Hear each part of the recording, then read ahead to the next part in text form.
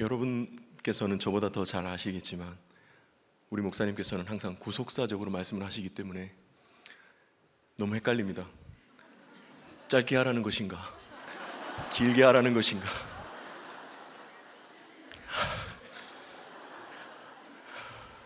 네, 성령 이끄시는 대로 해보겠습니다. 네. 여러분, 오늘 설날입니다. 이미 고향에서 지금 온라인 예배 드리고 계신 분도 계실 것이고요. 이제 이렇게 예배 드리고 현장을 내서 예배 드리시고 이제 가족을 향해서 가시는 분도 계실 거예요.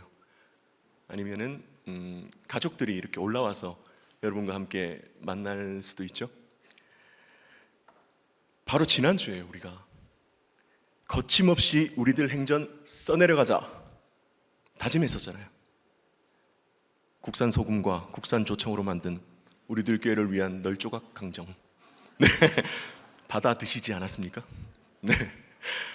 그리고 바로 다음 주가 이렇게 온 가족이 모이는 이 설날이라는 것이 결코 우연이 아니라는 생각이 듭니다. 바울이 끝까지 밀어내도 또 밀어내도 또 박해를 당해도 또 유대인에게 끝까지 복음을 전했던 것처럼 우리도 포기하지 않고 전해야 하는 가족이 있습니다. 우리들 행전은 인내 행전이라고 하셨잖아요. 오랜만에 만나서 정말 반갑거든요. 그런데 만나는 순간부터 이제 인내해야 하는 가족을 우리가 만나러 갑니다. 지난주 말씀이죠. 우리 사도행전 마지막 31절 함께 우리 다시 읽어보겠습니다. 시작. 하나님의 나라를 전파하며 주 예수 그리스도에 관한 모든 것을 담대하게 가르치더라. 거침없이. 아멘. 우리가 이 말씀 붙잡고 이 말씀을 들고 가족을 만나러 갑니다. 이번 설날은 무엇보다 복음을 전하는 그 적용이 있어야 하는 명절일 줄로 믿습니다. 작년과 생각해 봤을 때 별로 상황이 달라진 것이 없다면, 그래서 내 형제와 사랑하는 부모와 가족들에게 보일 것도 없고 자랑할 것도 없다면요, 재판받고요 구금을 당해서도 복음 전했던 바울, 그 바울을 기억하시고요. 그동안 미안한 것이 많은 거예요. 실수도 많았고 가족들에게 잘못한 것도 너무 많이 생각을 나고 복음을 전하려고 하니까 내가 그런 자격이 있을까? 과연 이런 내가 전하는 말을 들을까? 생각하지 않을 수 없습니다. 그럴 때 일평생 스데반 죽인 일로 사람이 아니라요 하나님, 그 하나님께 회개하며 담대함을 얻어서 복음 전했던 바울 생각하시면서 정말 이번 명절 우리의 가정에 구원의 적용과 귀한 열매가 있기를 소원합니다. 그런데 마음만 있다고요 그냥 가서 전할 수 있는 게 아니잖아요. 우리가 이렇게 함께 말씀을 듣고 한 공동체 안에서 결단하며 가지만 우리가 점점 내려가면서 어떤 것이 생각납니까? 미안한 것, 내가 잘못했던 것, 그리고 내가 이전에 했다가 오히려 외면당했던 경험들, 그리고 무엇보다 전해봤자 듣지 않을 것이라는 나의 생각, 그것들이 나를 지치게 합니다. 복음을 전하는 것에 가장 방해가 되는 것이 나잖아요. 이제부터 그래서 준비를 해야 됩니다. 대비를 해야 돼요. 그래서 함께 오늘 말씀 통해서 묵상해 보고자 하는 것은요, 거침없이 복음을 전하려면 어떻게 해야 하는지 우리 주신 본문 묵상하며 결단하는 시간 우리 함께 가지기를 원합니다. 거침없이 복음을 전하려면 첫째는요, 서로가 맹인임을 깨달아야 합니다. 27절 우리 함께 읽겠습니다. 예수께서 거기에서 떠나가실새 두 맹인이 따라오며 소리질러 이르되 다윗의 자손이여 우리를 불쌍히 여기소서 하더니. 아멘.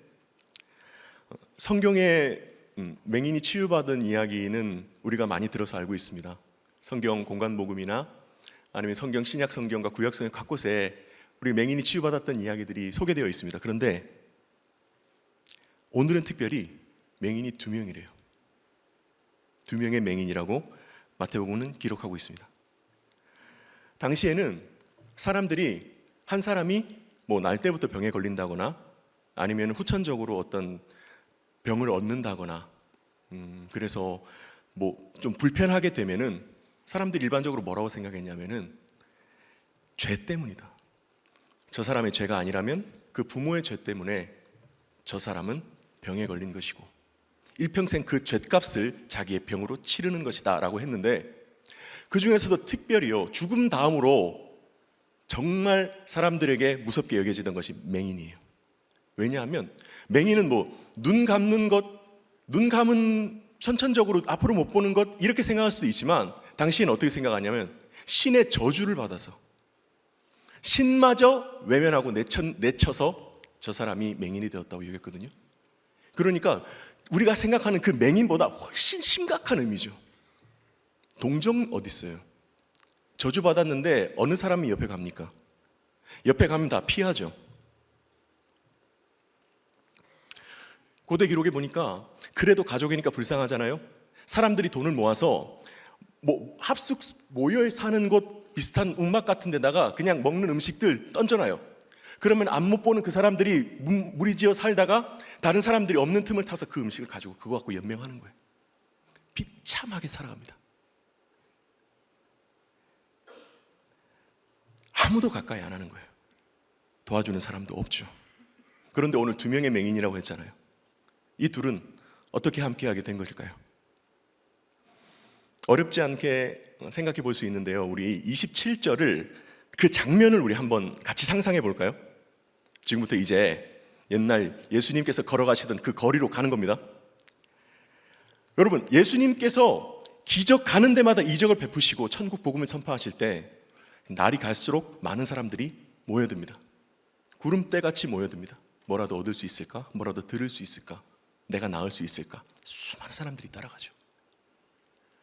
바로 그때 사람이 엄청 많은데요, 혹시나 놓칠까 봐 이 손 놓치면 그냥 뭐 어떻게 될지도 모르는 거예요. 이 손 놓치면 끝이다. 나는 뭐 치유고 예수님을 만나는 거 뭐고 일단 우리가 진짜 세상에서 의지할 거 우리 둘뿐인데 지금 이 손 놓으면 끝이다. 서로 놓칠까 봐 손 꼭 잡고요. 만약에 한 명이 걸려 넘어지잖아요. 앞을 못 보니까. 그러면 그래도 한 명 서 있는 사람이 일으켜주고요. 못 걸으니까 걷다가 넘어지니까 바닥을 기고요. 팔레스타인의 먼지가 얼마나 많습니까? 그 흙먼지를 다 뒤집어 쓰면서 어느 쪽인지 앞이 안 보이니까 모르죠. 무조건 부르는 거예요. 둘이 한 목소리가 돼서 부르는 거예요. 예수님, 불쌍히 여겨 주시옵소서. 다윗의 자손 예수여, 나를 봐 주시옵소서. 그러면 이 둘이 뭐 때문에 만난 거예요? 꼭 예수님 만나야 해서 둘이 만난 겁니다. 이 목적 있잖아요. 내가 오늘 예수님을 꼭 만나야 한다. 이 목적이 아예 없거나요, 혹시나 서로 다르면 함께 다닐 이유가 전혀 없죠. 그리고 오히려 더 둘이 서로 저주를 받은 존재인 걸 알기 때문에 다니기도 싫을 거예요. 그런데 정말 이 다니고 싶지 않은 이 두 사람이 다치고 깨져도 예수님 만나주실 때까지 예수님 부르면서 가는 거예요. 저주라고 무시받는 그 두 인생, 상처 많고 되는 것 없고요, 깨지다 못해서 아작이죠. 아작이 난 이 두 사람이 이 땅에서 의지할 것은 맞잡은 손밖에 없잖아요, 지금. 그리고 내가 바라볼 것은요, 오직 주님밖에 없잖아요. 그렇게도 간절히 예수를 부릅니다. 그런데 놀라운 것은요, 수많은 사람 중에 오직 이 맹인 2명만이 앞을 보지 못하는 그 맹인 2명만이 예수님이 다윗의 자손으로 오셨다는 것을 알고 고백합니다. 눈을 뜨고 있고요, 일평생 하나님의 율법을 자신의 어떤 것보다, 어쩌면 자신의 목숨보다 가까이 하며 평생을 살았던 율법교사 바리새인들은 천국 잔치가 벌어지고 있는 그 순간에도 단 하나라도 짚어보려고 하나라도 지적하려고 예수님 옆에서 있느라 그 천국이 일어나는 현상을 보지 못하는데, 앞을 보지 못하는 그 둘을, 의지할 것 없고 저주받았다고 놀림받는, 저주받았다고 사람들에게 힐난받는 그 두 명이 예수님이 어떤 분인지를 정확하게 봅니다. 다윗의 일생이 어땠습니까, 여러분? 사울에게 죽도록 쫓겨다니고요, 겨우 왕이 되었어요. 그런데 되자마자 간음을 저지릅니다. 그리고 자신의 사랑하는 부하를 전장에 내몰려 죽이죠. 아들과 신하에게 배신을 당하고요, 자식들은 서로를 못 죽여서 안달입니다. 다윗은 모든 과정을 겪습니다. 이 모든 과정을 겪으면서 나는 내가 평생 지은 것은 죄밖에 없고 이런 나를 불쌍히 여겨주실 분은 오직 주님밖에 없음을 그의 시를 통해 고백하게 되죠. 맹인은 바로 이 다윗의 자손으로 오셨기 때문에 나같이 저주받고 연약하고 무시하고 따돌림 받고 손가락질 받는 그 사람을, 그 연약함을 아시고 불쌍히 여겨주실 그 예수님이라는 것을 믿고 죽어라고 예수님 만나주시기를 부르는 거예요.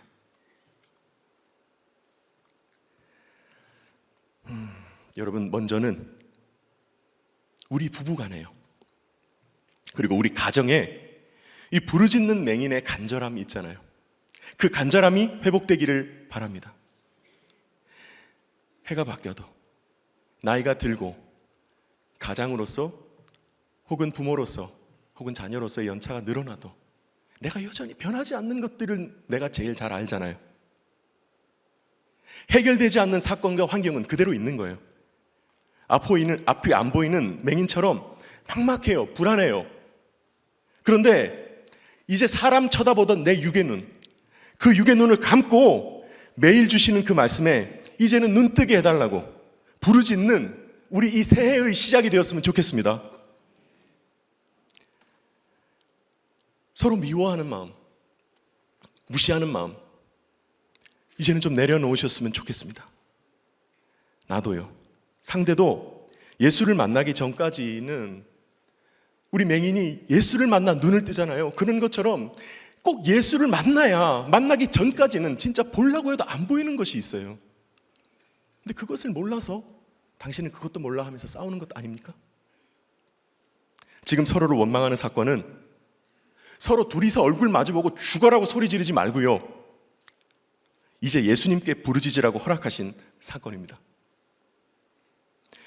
비록 상처와 사연과 아픔이 많은 당신과 나지만 이제 정말 주님 이름 부르면서 살자, 이 다짐이 우리의 첫 소원이었으면 좋겠습니다.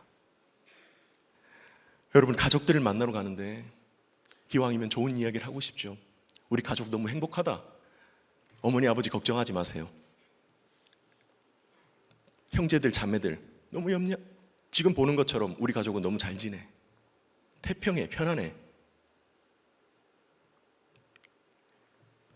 여러분, 작년에 결혼한 신혼이 아니고서야 우리의 부모와 형제 자매는 내 아들과 며느리, 내 딸과 사위가 그렇게 친한 사이가 아니라는 것을 이미 알고 있습니다.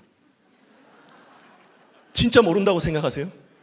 제가 들키지 않았기 때문에 나는 항상 우리 장모님한테 최고죠, 제 아내 했기 때문에 모를 거라고 생각하세요?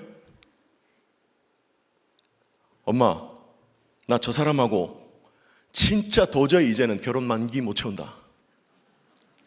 누나야, 제가 2살 위에 누나 있습니다. 진짜 내가 내 가족 욕을, 그래도 가족이라고 왔는데 내 가족 욕을 어디다가 하기도 그렇고 진짜 딴 데 말하기 쪽팔려서 전화했다. 다들 한 번씩 안 해보셨습니까? 저만 쓰레기입니까? 여러분, 너무 꾸미려고 하지 마세요. 괜찮습니다. 이제 내려가셔서 혹은 만나셔서 사랑하는 가족들 만나셔서 잘 산다는 말만 하시지도 말고요, 예수님이 너무나도 나를 불쌍히 여겨주시고 우리 가정을 긍휼하게 여기셔서 우리 가정 지켜주신 그 이야기들만 잘 나누고 오셔도 충분합니다.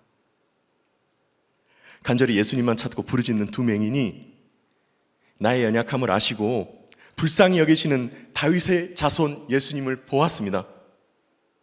먼저 나와 우리 가정을 불쌍히 여겨달라고 부르짖을 때 우리의 소원을 아시는 예수님께서 그렇게도 애통하는 우리 남은 가족의 구원을 책임져 줄 줄 믿습니다. 함께 묵상하고 적용해 보았으면 좋겠습니다. 간절히 부르짖으라고요. 나를 찾고 간절히 부르짖으라고 주신 가정의 문제는 무엇입니까? 그 사건으로 다윗의 자손 예수님을 만나고 계십니까? 둘째는 능히 하실 줄을 믿어야 합니다. 28절부터 31절입니다. 시작. 예수께서 집에 들어가시매 맹인들이 그에게 나아오거늘 예수께서 이르시되 내가 능히 이 일 할 줄을 믿느냐 대답하되 주여 그러하오이다 하니 이에 예수께서 그들의 눈을 만지시며 이르시되 너희 믿음대로 되라 하시니 그 눈들이 밝아진지라. 예수께서 엄히 경고하시되 삼가 아무에게도 알리지 말라 하셨으나 그들이 나가서 예수의 소문을 그 온 땅에 퍼뜨리니라.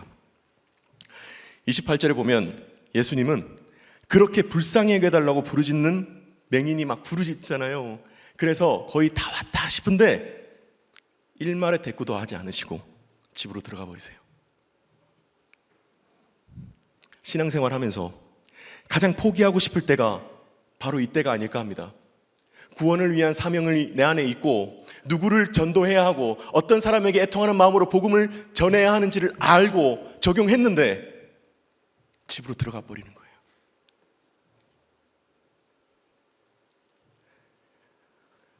죽을 힘을 다해서 쫓아가고 목이 터져라 부르짖는데 들어가시는 거예요. 저에게도 이런 경험이 있습니다. 개척교회 목회자세요. 부모님께서 그래서 동료 교육자에게 사기당해서 수억 빚을 지게 되었습니다. 그런데 진짜 제가 달라서 뭘 더 알아서 제가 지금 목사라서 절대 아니고요. 진짜 제가 지금 이 공동체 여러분과 함께 우리들 공동체에 있었기 때문에 여러분하고 똑같이 매주 목사님 말씀 들으면서 내 죄만 보려고 하고요. 진짜 안 보일 때는 몸부림을 치고요. 목장 식구들 도움받아 가면서 진짜 하루라도 거룩해서 의무라서 해야 되는 게 아니라 진짜 그거라도 안 보면 열이 받쳐가지고 안 되겠으니까 억울해서 못 참겠어가지고 큐티 붙잡고 근 3년 반, 3년 정도를 빚 갚는 적용을 했습니다. 그리고 그때를 통해서요, 내가 얼마나 지금까지 목회자로 살아가야 하는 제가, 그리고 가장으로 살아가야 할 제가 얼마나 물질 훈련에 대해서 되어 있지 않은지, 준비되어 있지 않은지 깨달아졌고요. 어떤 사건이 생기면 무조건 해결, 이것만 부르짖는 사람이라는 것을 이 모든 사건을 통해서 깨닫게 해주셨습니다. 감사하죠. 그런데 그게 연말이었거든요. 연말.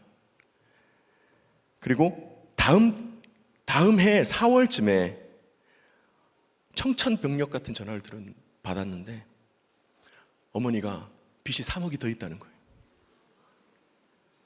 그리고 다음 달인 5월 5일인데요. 어린이날에 당시 이제 아이가 초등학생이었어요. 아들이 있는데 갑자기 이렇게 팩 하고 쓰러지더라고요. 제 눈앞에서. 병원에 데려갔는데 영문을 알 수도 없어요. 영문을 알 수 없었는데 처음에는 돌발성 난청이라고 하더라고요. 아, 그렇구나. 나을 수 있겠지. 그런데 애비니까 병원을 계속 데리고 다니잖아요. 한 달 사이에 몇 번을 데리고 갔는지 모르겠어요. 사역 외에는 병원에서만 있었습니다. 근데 갈 때마다 나빠지는 거 여러분 아세요? 갈 때마다 기대할 것이 사라지는 거. 난청이랬다가 나중에는 가망 없댔다가 나중에는 한쪽이 더 안 좋아지기만을, 한쪽이 더 나빠지지 않기만을 바라야 되는, 결국 실청이 되는 거예요. 제가 한번 해봤잖아요. 또 빚 갚아야 되는구나. 내가 매달 쓰지도 않은 그 이자를, 어디에 들어가야 될지도 모르는 이자를 내가 갚아야 되는구나. 그것도 하나밖에 없는 아들인데 다시 이렇게 들리기는, 체중에 어떻게 봐요? 다시 들리기는 바랄 수도 없고 진짜 평생 남은 쪽만 무사하기를 진짜 관리를 잘해야 된다. 진짜 내가 이걸 바라야 되나? 그리고 가는데 아들 씻고 이렇게 이제 병원에서 갔다 이렇게 하는데 차를 세워버렸어요. 뭐가 이렇게 부글부글 하는데 이게 뭐 어떻게 감정으로 형용이 안 되는, 짜증이 올라와가지고 와 진짜 감당이 안 되는 거예요. 결국은 여러분, 그래도 저 같은 사람 불쌍해 주신 주님께서 결국은 자녀에게 고난을 살아내고 그 고난을 준비하는 방법이 있잖아요. 법. 그것을 가르치지 않은 부모임을 깨닫고 회개하게 하셨거든요. 근데 그 몇 달 동안, 그것을 깨닫기 몇 달 동안 진짜 공동체 기도 제목 한 번 안 냈습니다. 우리는 물어야 되잖아요. 안 물어요.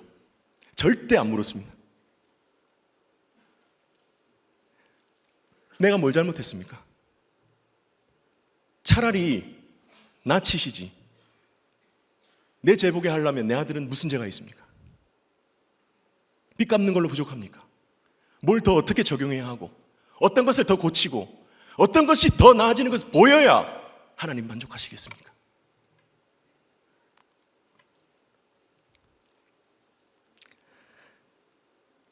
참,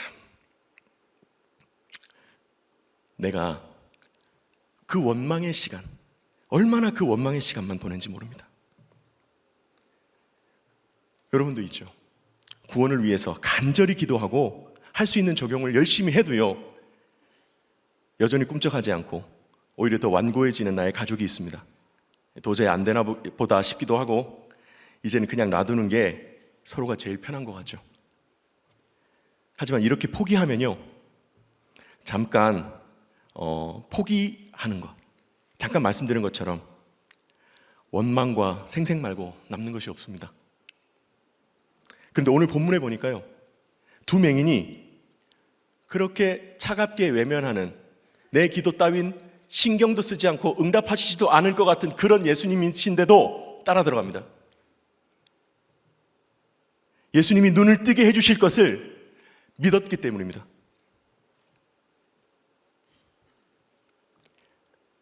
바로 그때 그 믿음을 가지고 나아갔을 때 예수님이 뭐라고 물으세요? 내가 능히 이 일을 할 줄 믿느냐? 그리고 직접 그 눈을 만지시고 고쳐주세요. 지금 예수님의 관심은요, 예수님의 지금 관심은요, 허락하실 구원을 믿고 포기하지 않는 나의 믿음에 있습니다. 비록 외면과 무시의 연속이라도, 그것을 예상하시더라도 예수님이 반드시 만져주시고 구원을 보게 해주실 날이 나의 가정에게, 그렇게 애통하며 기도하는 나의 그 처육에게 오리라는 그 믿음을 가지고 우리의 가족에게 가야 합니다. 때와 시기는 우리 주님께 맡깁시다. 외면받아도 따라 들어가서 복음을 전하는 적용이 있는 이번 명절이 되시기를 바랍니다. 나의 믿음을 기억해 주실 주님께서 너의 믿음대로 되라고 말씀하실 응답의 날이 반드시 올 것을 믿으며 확신합니다. 네, 2023년에 저도 앞길을 모르고 보이는 것이 아직 희미하지만 저도 믿음으로 준비하며 가야 할 저의 사역이 있습니다.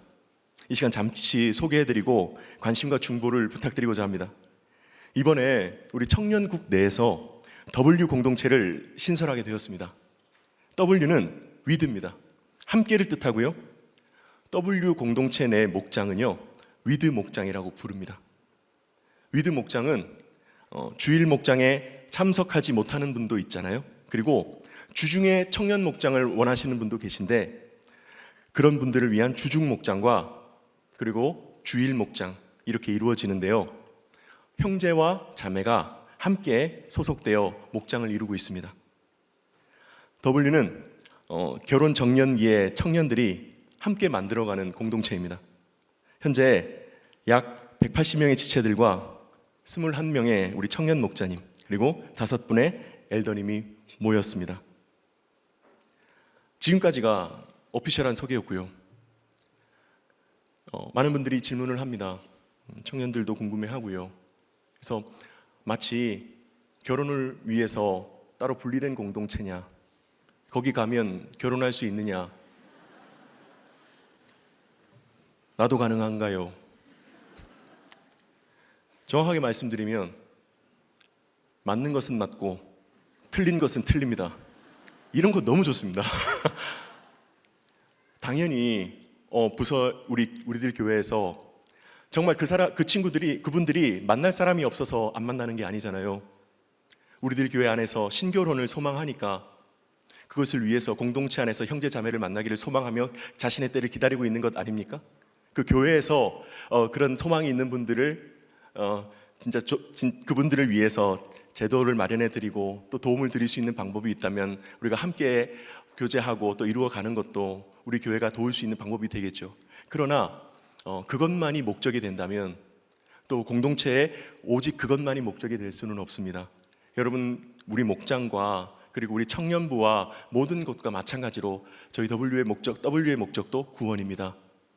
그래서 정말 우리 결혼 정년기의 청년들, 그리고 어쩔 수 없이 각자의 개인적인 사정 때문에 청년부의 시기를 모르고 혹은 놓쳐서 지나간 분들, 그리고 지금 일의 과중함과 그리고 또한 여러 가지 생활의 업무 압박들, 그리고 뭐 나이 여건이나 여러 가지 그런 여건들에 의해서 청년의 때를 모르고 지나가는 청년들, 누리지 못하고 지나갔던 어떤 청년들과 함께 진짜 청년의 때를 함께 우리 교제하며 지내보자, 그러는 목적으로 우리 공동체가 세워지고 또 이루어져 가고 있습니다.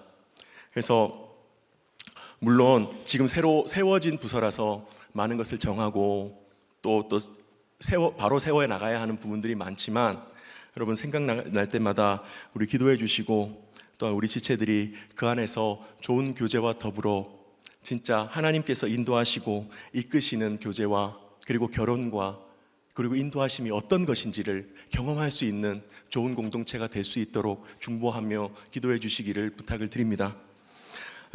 보이지 않습니다. 하지만 하나님께서 하실 줄 믿느냐?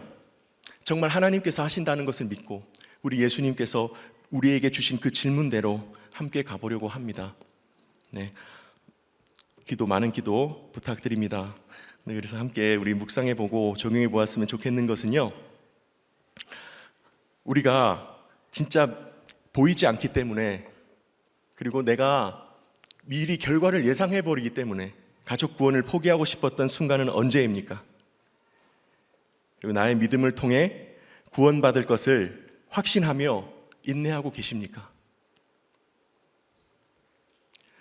셋째로, 예수님이 왕이심을 간증해야 합니다.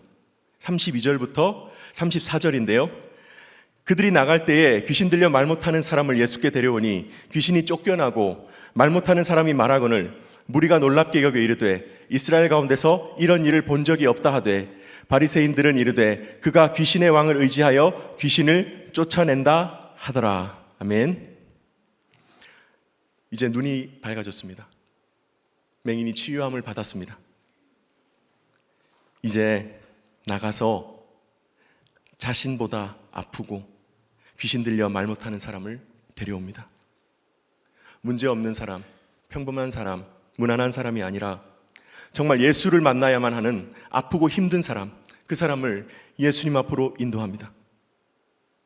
내가 예수를 만나 치유받고 회복되었다는 증거는요, 내 눈에 이제 아프고 힘든 사람이 보인다는 것입니다. 오직 예수님이 만나주셔야만 해결되는 상대의 그 아픔, 그 사연이 이제 내 마음에 밟히고 내 눈에 그려집니다.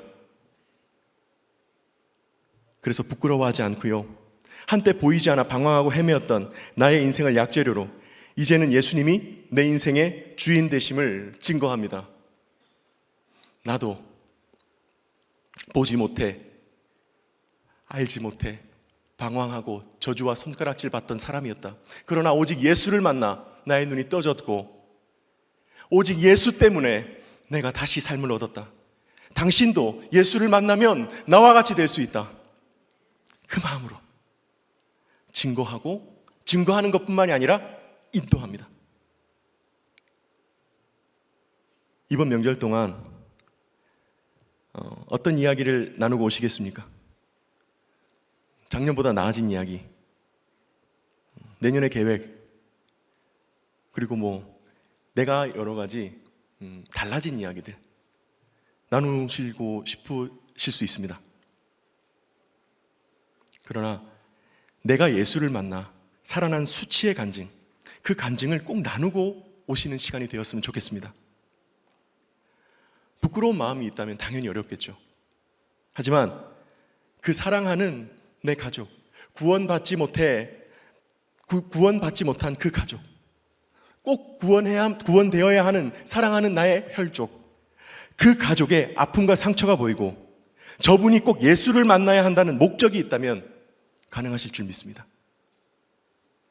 여전히 심각하게 생각하지 않고 진짜 내가 중심을 다해 얘기를 하고 애통하며 이야기를 해도 심각하게 생각하지 않는 가족이 있을 거예요. 하지만 내 입이 열렸을 때 나를 기이하게 여기는 식구들이 분명히 있습니다.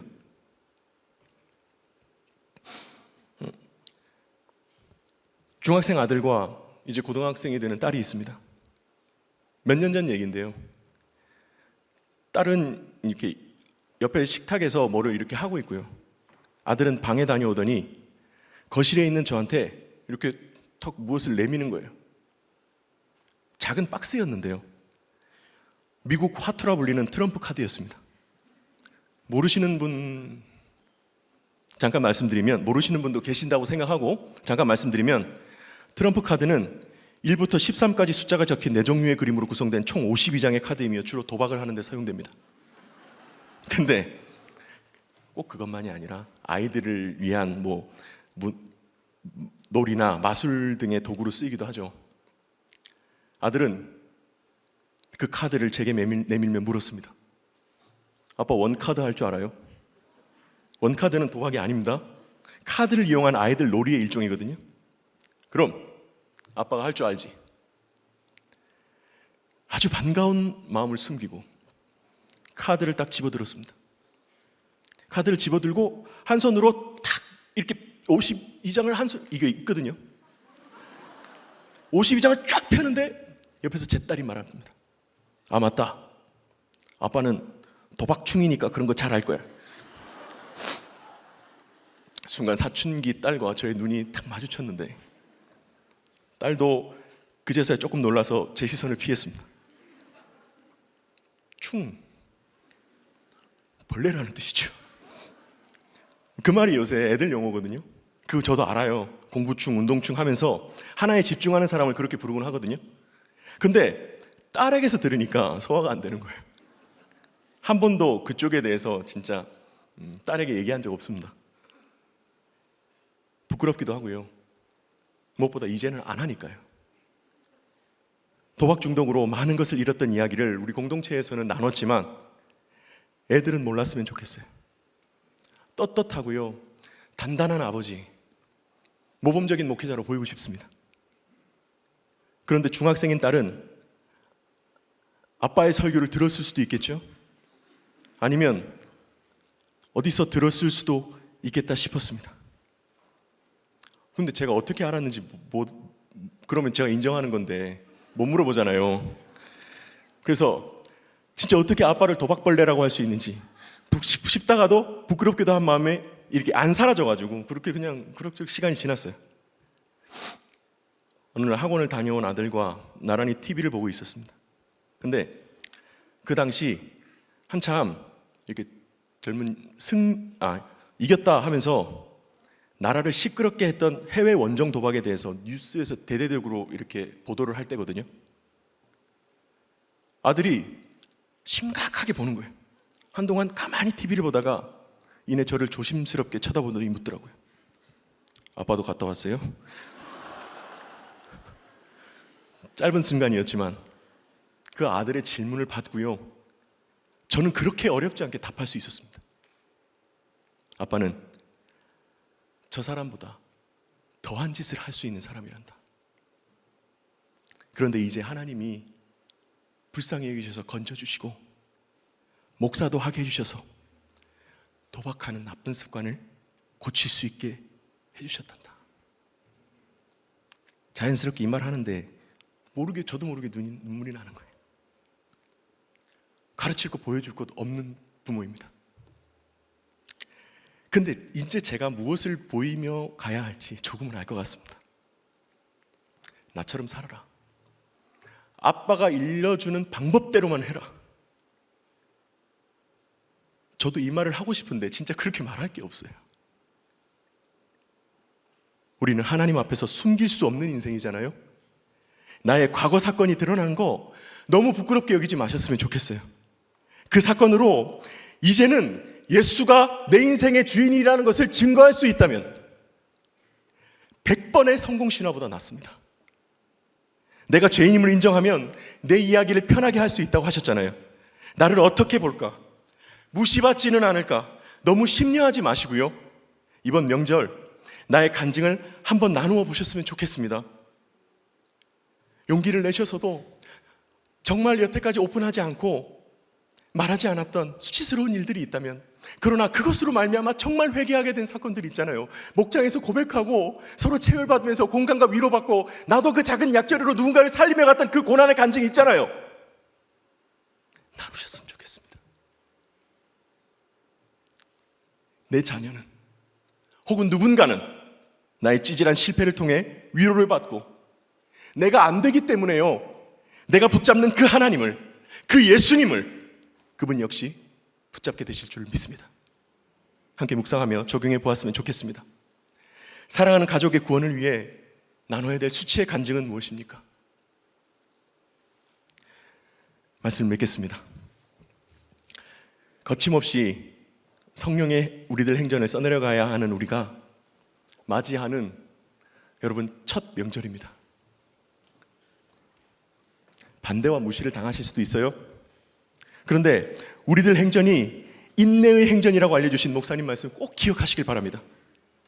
너무 힘들었지만, 정말 싫었지만 끝까지 참고 복음을 전하고 왔다. 이 나눔이 이번 한 주간 우리들의 목장 가운데 넘쳐났으면 좋겠습니다. 가정 구원을 위해서는 먼저 우리 부부가, 자녀가 영적인 맹인이었음을 고백해야 합니다. 희망이 보이지 않아도 내가 아니라 주님이 하실 것을 믿어야 합니다. 가족의 아픔을 이해하고요, 나의 수치의 간증으로 복음을 전해야 합니다. 이 시간 우리가 결단하면서 뜨겁게 찬양하며 기도하고 출발할 텐데요, 우리가 우리끼리라도 위로하고 우리끼리라도 격려해야지 어떻게 하겠습니까? 세상은 모른다고 해도, 세상은 무시하고 밀어낸다고 해도 우리가 가족들을 만나러 갑니다. 여러분 지치지 마시고요, 미리 낙심하지 마시고요, 내가 전할 수치의 간증들, 그리고 그 간증으로 말미암아 증거되는 예수 그리스도의 복음을 여러분 잘 전하고 오시길 바랍니다. 정말 내 인생의 왕이 되어주신 예수님, 이 좋은 예수님, 우리가 이 시간 예수님을 높여드리며 찬양할 텐데요, 이 좋은 예수님을 사랑하는 나의 가족, 너무나도 애통한 나의 가족이 꼭 만나기를 소망하면서 우리 함께 찬양하고 기도하겠습니다. 이 땅 위에 오신, 이 땅 위에 오신 하나님의 본체, 십자가에 달리사 우리 죄 사하셨네. 하나님이 그를 지극히 높여 모든 이름 위에 뛰어난 이름을 주사 우리 예수 이름 앞에 절하고 모든 입이 주를 시인해. 영광 중에 오실 주를 보리라. 선포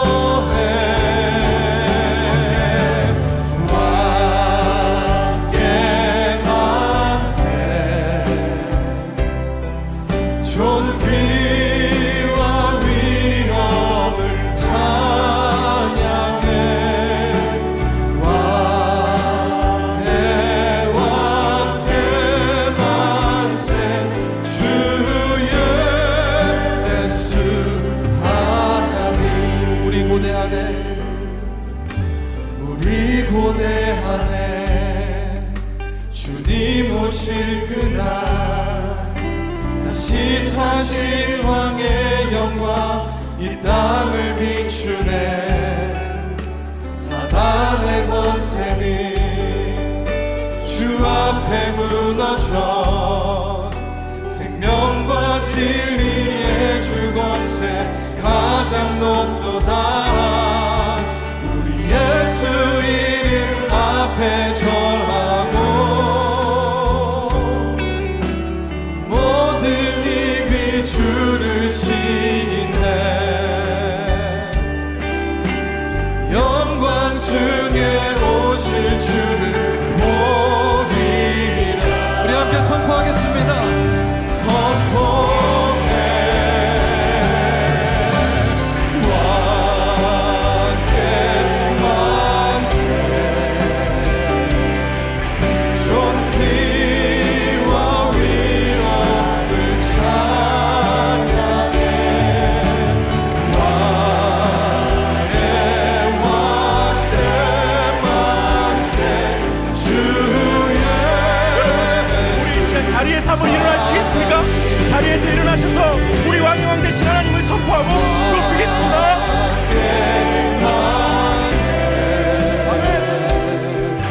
존귀와 위엄을 찬양해. 왕의 왕께 만세. 주 예수 다시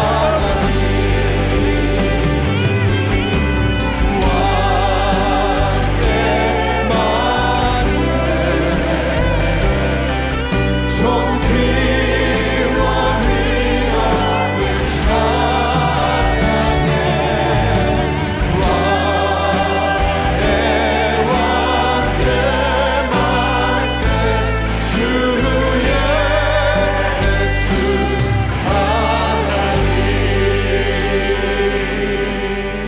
여러분, 우리 함께 기도합시다. 이 시간 회개로 나아가겠습니다. 나의 주, 나의 하나님, 나의 왕 되신 나의 예수님, 우리가 이 시간 목소리 높여 주의 이름을 선포하며 간절히 찬양하였습니다. 그러나 아버지, 아직 영적인 맹인에서 벗어나지 못할 가족 구원에 애통하지 못하고 간절함이 없는 이 죄인을 불쌍히 여겨 주시옵소서. 미워하고 원망하느라 구원의 한 소망을 품지 못하는 우리 부부와 내 가정을 불쌍히 용서해 주시고 용서하여 주시옵소서. 아버지, 이 땅에서 바라는 것이 너무 많아 내 삶에 예수님을 왕으로 모시지 못하는 연약한 인생입니다. 아버지, 이 새해 첫날 부르짖으며 간구하오니 이제는 구원의 사명 앞에 바로 서게 하여 주시옵소서. 내 인생에 명령하신 우리들 행전을 사명으로 감당케 하여 주시옵소서. 그러나 주님, 내 힘으로 할 수 없습니다. 나를 도와주시고 내 인생의 행전에 동행하여 주시옵소서. 붙잡아 주시옵소서. 우리 주여 한번 부르시고 간절히 기도하겠습니다. 이어서 기도하실 때 여러분, 정말 생각만 해도 가슴이 아리는, 구원을 외면하고 그렇게도 미워하고 전하는 자를 핍박하고 자신의 세상 욕심과 정욕대로 살아가느라 인생을 낭비하고 삶을 허비하는, 그러나 내버려두기에는 너무나도 사랑하고 너무나도 애통이 되는 구원받아야 하는 가족의 이름을 부르며 간절히 기도하겠습니다. 나를 불쌍히 여기사 눈을 뜨게 하시고 다시 보게 하신 예수님, 나의 왕이 되셔 주신 예수님, 아직까지 구원을 무시하며 외면하는 나의 가족을 불쌍히 여겨 주시옵소서. 주님을 알지 못해 세상에서 방황하며 세상 욕심과 중독의 종으로 살아가는 한 영혼에게 말씀이 들리는 애를 하여 주시옵소서. 아버지, 이 불쌍한 영혼이 꼭 주님 나라 가야 합니다. 긍휼히 여겨 주시옵소서. 먼저 말씀 받은 내가 그 앞에서 잘 죽고 인내하며 끝까지 복음 전하기로 결단하오니 사랑하는 그를 구원하여 주시옵소서. 우리 이 시간 그의 이름을 부르며 간절히 기도합니다. 아버지 하나님, 가망 없는 제가 우리들 공동체로 인도되어 우리 목사님을 만나게 하시고 귀한 구속사 말씀 듣게 하신 것이 이 땅 최고의 상급인데 여전히 눈 감고 보지 않아야 할 것들이 빠지고 물질과 편안한 환경에 집착하는 영적인 맹인을 불쌍히 여겨 주시옵소서. 주님, 이렇게 연약하고 죄 많은 저에게, 저 같은 놈에게도 구원의 사명을 주셨는데 여전히 아내와 구원의 한 목소리를 내지 못하고 처가 식구의 구원에 관심이 없는 추악한 죄인입니다. 주님, 이 새해에 성령의 우리들 행전을 쓰라고 말씀하시며 다시 사명을 점검하게 하심에 감사드립니다. 더 이상은 미루고 의심하고 내 때를 판단하는 것이 아니라 지금 할 수 있는 구원의 애통과 간절함으로 이제 가서 복음을 전하게 하여 주시옵소서. 죄인의 왕으로 오사 우리의 아픔을 아시고 고치시는 예수님, 한 영혼이라도 돌아오라 부르시는 나의 아버지, 우리들이 이 명절을마다 구원의 사명을 가지고 각자의 가족을 만나러 갑니다. 반대와 핍박을 무릅쓰고 복음 전하기로 결단하시는 모든 성도님들에게 우리 주여 힘을 주시고 함께하여 주시옵소서. 먼저 인내하고 용서하며 주의 말씀과 내 삶에 임한 주님을 증거할 때 도저히 들어갈 것 같지 않았던 한 영혼에게 구원이 많은 역사를 허락해 주시기를 간구합니다. 그러나 아버지, 우리 너무 연약합니다. 담대함을 허락하여 주시옵소서. 예수의 이름을 의지하고 왕이신 주의 이름을 붙잡으며 담대하게 거침없이 나갈 수 있도록 도와주시옵소서. 주저하지 않고 복음 전하고 싶은 간절함을 회복하게 하여 주시옵소서. 내 믿음대로 될지어다, 내 믿음대로 될지어다, 이 말씀을 의지하며 수치와 죄 많은 내 인생을 약재료로 한 영혼의 아픔과 상처를 품어주고 주님께 인도하는 구원의 역사가 우리 성도님의 가정에 일어나도록 주님 역사해 주시옵소서. 늘 성령 받지 못한 나 때문에 애통하시며 눈물로 사명 감당하신 우리 목사님의 건강과 사역을 주님 지켜주시옵고 이제는 그 사랑에 보답하며 구원의 사명 감당하는 우리들 되게 하여 주시옵소서. 믿사오며 이 모든 말씀 우리를 고치시고 다스리시는 예수 그리스도의 이름으로 기도합나이다.